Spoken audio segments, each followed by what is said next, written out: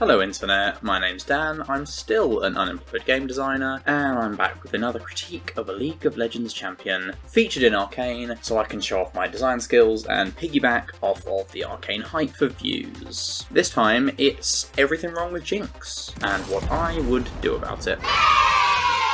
Jinx is a super popular character, her kit is accessible, her gameplay is well rounded, she's had loads of personality ever since that first announcement trailer music video thing, which came out 10 years ago at this point, which makes me feel super old. But point is, she's always played, she's always liked, she's even got her own TV show. So, what could possibly be wrong with her? Well, that's the thing. She's got all this great lore and personality, but her gameplay really just doesn't reflect that at all. Overall, outside of when her passive goes off and she has to zoom around, stacking up crazy multi-kills, she actually plays as quite a careful, conservative, long-range poke ADC, sniping people with her Q and W and R and just hiding behind her E. So much so, at the time of recording, the most popular build on her starts out with 2 lethality items and doesn't build any attack speed until maybe last item. It's a perfectly fine playstyle, it works great on Jhin and Caitlyn, but it just isn't very Jinx. You watch that music video or you watch Arcane and it paints her as this manic anarchist, just flinging bombs and rockets and bullets all over the place. And so that's what you'd want from the character when you go to play her for the first time, but it's just not what you get at all. My aim with this rework is going to be to identify areas in her kit which don't promote a fast-paced, aggressive playstyle, and tweak those so that her gameplay feels more frantic and exciting, lining it up better with the character fantasy.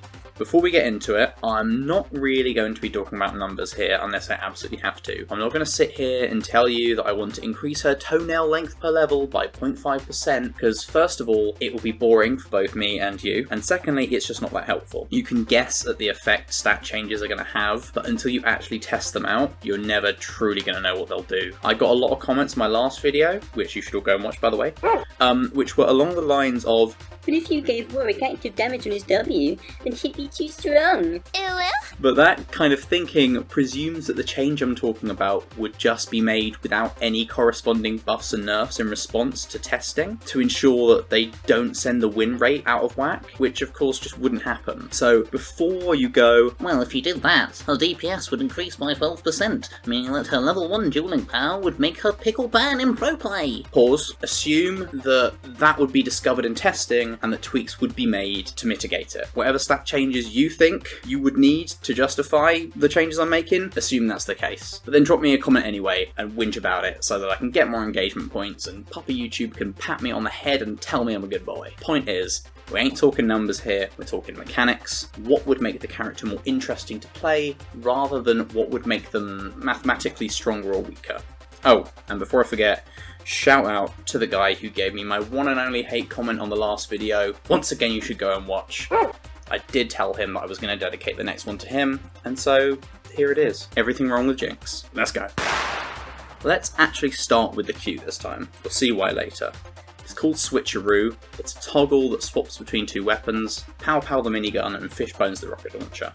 With Pow Pow out, her attacks grant her a buff which increases her attack speed, it stacks up to 3 times, and every 2.5 seconds she loses a stack if she hasn't refreshed it. With Fishbones out, she gains attack range, her attacks deal 10% increased damage, and deal damage to enemies in a small AoE around her target, as well as to the target themselves. Downside is, her autos now cost mana and have reduced attack speed. The attack speed buff from Pow Pow does stick around for the first auto after you swap your Fishbones though. This ability is frankly just fiddly. You've got to kind of be carefully counting your attack speed stacks with the minigun before you swap to the rocket launcher for one quick long range poke, and then you're constantly checking your mana bar during fights to make sure you don't go just from auto attacking, and it's completely the opposite playstyle from what you'd expect for this character. Also, the massive attack speed drop when you do swap to your supposedly more powerful rocket launcher after that first auto feels really rough. I get it, they want each weapon to have pros and cons, but weighing up what weapon would be most statistically beneficial in a given given moment and swapping back and forth to use the right one at the right time just doesn't fit the all-out chaotic nature of the character. Here's my version. Switcheroo, it's now just called Fishbones. On activation, equip your rocket launcher for 5 to 10 seconds, increasing with levels in the ability. While active, it causes your autos to gain range, deal AoE damage, and scale more strongly with your AD. The strength of the AD scaling can increase per point in the ability as well. This costs mana on cast, not per auto, and while it's active, you gain full stacks of Revved, which is the attack speed buff from Pow Pow. That's more like it. No watching your mana bar, no carefully stacking up your attack speed, no tactically swapping between guns, no crying when you feel your attack speed drop through the floor. Press Q, you whip out a rocket launcher, you go ham, firing out long range bonus damage AoE autos at high speed. It's great. It's a simple, strong auto attack steroid that you don't have to think about, just the way Jinx would want it. Now onto the passive. Get excited. Currently, kills and assists on objectives and champs give her a burst of movement speed. If it's a champ, she gets attack speed 2, and that attack speed can stack if it gets refreshed while it's active. Overall, it's a cool ability. It leads to really exciting moments where Jinx is able to chain multiple procs together, zooming around the fight, attacking faster and faster, and racking up some really nasty damage. So what's wrong with it? Well, when it's on, it's great, but outside of those times, it just doesn't do anything. Until you get yourself a killer assist, you don't have a passive. So, as you might have guessed from its absence on the queue, I have gone and moved Pow Pow's effect onto the passive. So Get Excited now has everything it previously had, but it also has a modified version of Pow Pow. Now, Pow Pow grants a stack of Revved on hit, as it did before. You gain a small amount of attack speed per stack. Getting a new stack refreshes the existing ones. If you don't refresh it, you lose a stack every 2.5 seconds. So far, it is just the same as when it was on the queue. The difference is now that it can stack up to 5 times rather than 3. Each stack would grant less attack speed, but the attack speed you gain at max stacks would be higher. Also, the attack speed per stack will scale with level since it's on the passive. I've also gone and removed the bit where the first stack gave more attack speed than the rest, since that just seemed pointless. Adding Pow Pow to the passive and making these changes should have a few benefits. First of all, it allows the passive to grant some benefit outside of those pop-off moments, and secondly, the higher max stack count should make Pow Pow feel more like a minigun, ramping up over time, which would then encourage more aggressive play, since you'll need to go for those extended fights to maintain your high stacks. Onto the W. Currently, it's a straight line skill shot, deals physical damage, plus 160% of your AD to the first enemy hit, and it slows them. The cast time of this decreases down from 0.6 to 0.4 based on your attack speed. This is a prime example of promoting the wrong kind of playstyle. The 160% AD scaling, the fast cast speed, good base damage later in the game, combined with the slow going all the way up to 80%, eventually make this a really strong poke tool. This motivates Jinx to just sit way in the back, zapping people for massive damage while she's out of harm's reach, rather than getting stuck into fights with her basic attacks. So I think this needs to be changed around to be more of a utility ability to help with chase and kiting rather than damage. Also, I like them doing the attack speed scaling so it doesn't get in the way of her autos once she gets some attack speed, but I just don't think it goes far enough. I would simply suggest reducing its AD scaling down to like 100% or even below, and then to make up for that, I'd allow the cast time to go all the way down to 0.1 seconds depending on attack speed. The reduced AD scaling would make it weaker for poke. The improved attack speed scaling should allow it to be cast super quickly, making it more helpful for kiting. This also encourages the building of attack speed rather than flat AD. Jinx's E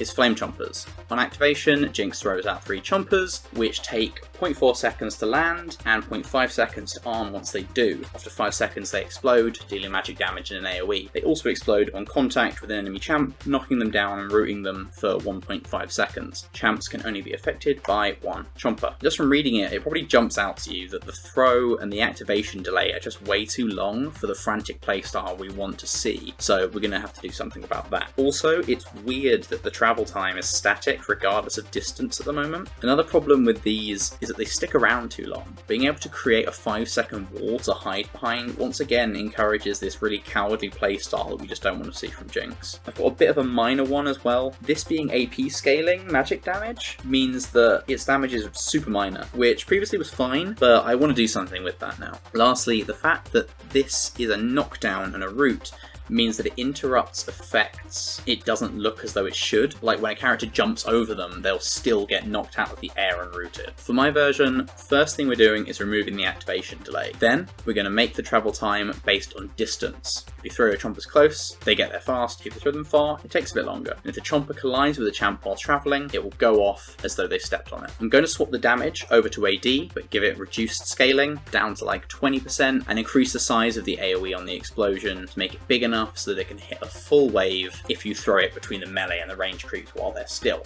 But that would make her busted. Chill out. Alright everyone, chill.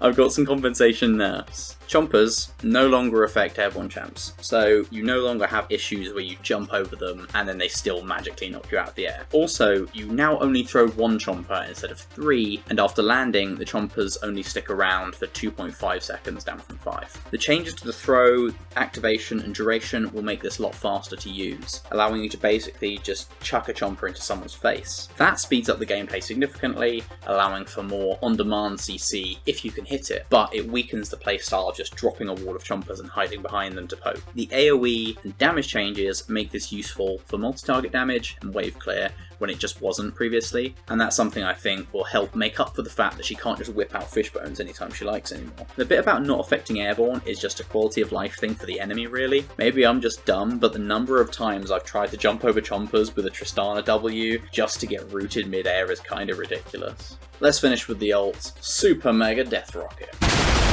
Currently, you charge up briefly and then fire a global range rocket in a straight line. It deals physical damage, scaling with AD, and missing health to the first enemy hit, and 20% reduced damage to all other nearby enemies. My only issue with this is that it isn't promoting aggression necessarily. The global range and the execute damage encourage you to use this for like cross-map kill steals, or just to finish people off in team fights while you hide in the back like your Jin. Fabulous. Having said that, big rockets do go boom, so I don't want to take away from the existing ability. However, it just feels like it's missing something.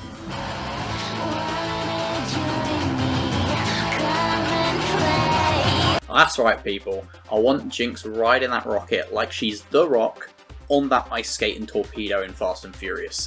Holding down R while casting your ult will cause Jinx to jump on the rocket. During this time, she can't perform actions other than letting go of R to jump off the rocket to a nearby location. It's like Talia, but not cringe.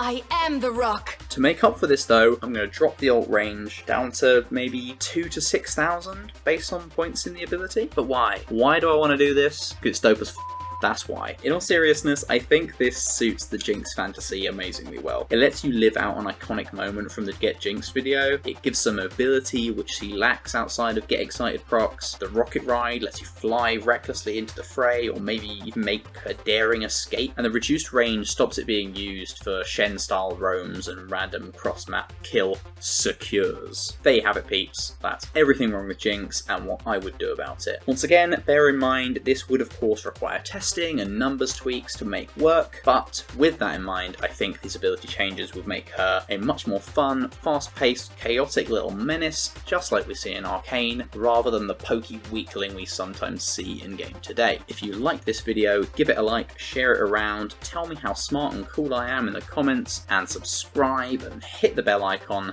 to see more from me. Also, if you've got any cool ideas of your own for Jinx, then tell me all about them in the comments. I will reply to every single one. If you've got a champ you'd like to see me rework, then let me know. The next couple I've got lined up were requested by viewers, so chances are if you ask me to do something, I will do it. Your boy is desperate for the approval of strangers on the internet. If you didn't like it, then feel free to hit me with a dislike and share it around to everyone you know so you can tell them how bad it is, explain all your gripes in the comment section, and hit subscribe and the notification bell so you can do the same for all my future videos. Then go touch grass and cry. Bye. Bye bye!